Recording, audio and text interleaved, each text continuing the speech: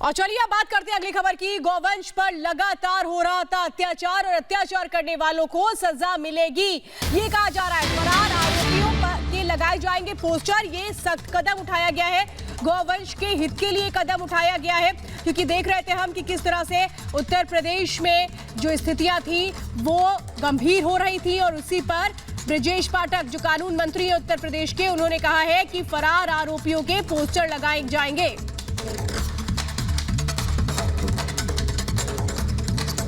उत्तर प्रदेश सरकार ने cow slaughter के अगेंस्ट कड़ा रवैया अपनाते हुए कल कैबिनेट में Uttar Pradesh cow protection act 1955 में कुछ स्ट्रिंजेंट चेंजेस किए हैं। इस पर बात करने के लिए मेरे साथ इस वक्त मौजूद हैं उत्तर प्रदेश के लॉ मिनिस्टर ब्रजेश पाठक जी। ब्रजेश जी, सबसे पहले तो बताइए क्या चेंजेस हुए हैं और उससे गाय को कहाँ तक लाभ होगा? दरअसल गाय हमारी माता है, हमारी संस्कृति है, हमारे संस्कार में गौ माता है। यदि उन पर कोई अत्याचार अनाचार करेगा तो उसको कड़ी से कड़ी सजा का प्रावधान किया गया है। इधर लगातार कई वर्षों से देखा जा रहा था गोवंश पर लगातार अत्याचार अनाचार हो रहे थे, उनको स्लाटर हाउसेस में ले जाकर के चोरी छुपे काटा जा रहा था। अब यदि कोई गाय माता पर अत्याचार अनाचार करेगा तो अधिकतम 10 वर्ष तक की सश्रम कारावास की सज़ा का प्रावधान किया गया है। इसके अलावा गैंगस्टर एक्ट के तहत भी कार्रवाई होगी। 5 लाख तक के जुर्माने का भी प्रावधान हमने किया है।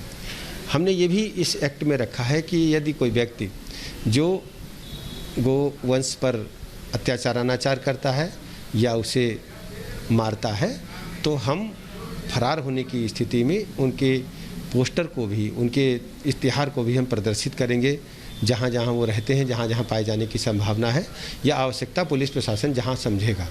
इससे लोगों में जागरूकता आएगी और गौ माता के प्रति जो अत्याचार अनाचार है रुकेगा। और तो अभी आप सुन रहे थे उत्तर प्रदेश के कानून मंत्री ब्रजेश पाठक को। फिलहाल इस वक्त आपको बता दें कि उत्तर प्रदेश के मुख्यमंत्री योगी आदित्यनाथ भी लगातार एक्टिव है, चाहे वो कोरोना का विषय हो या फिर गौवंश का विषय हो, दोनों ही मामले संजीदा है और इसीलिए गंभीरता भी देखने को मिल रही है। फिलहाल इस वक्त आपको बता दें कि कैसे कदम उठाया गया और उसके पीछे का मकसद यही है कि जागरूकता फैलाई जाए लोगों में।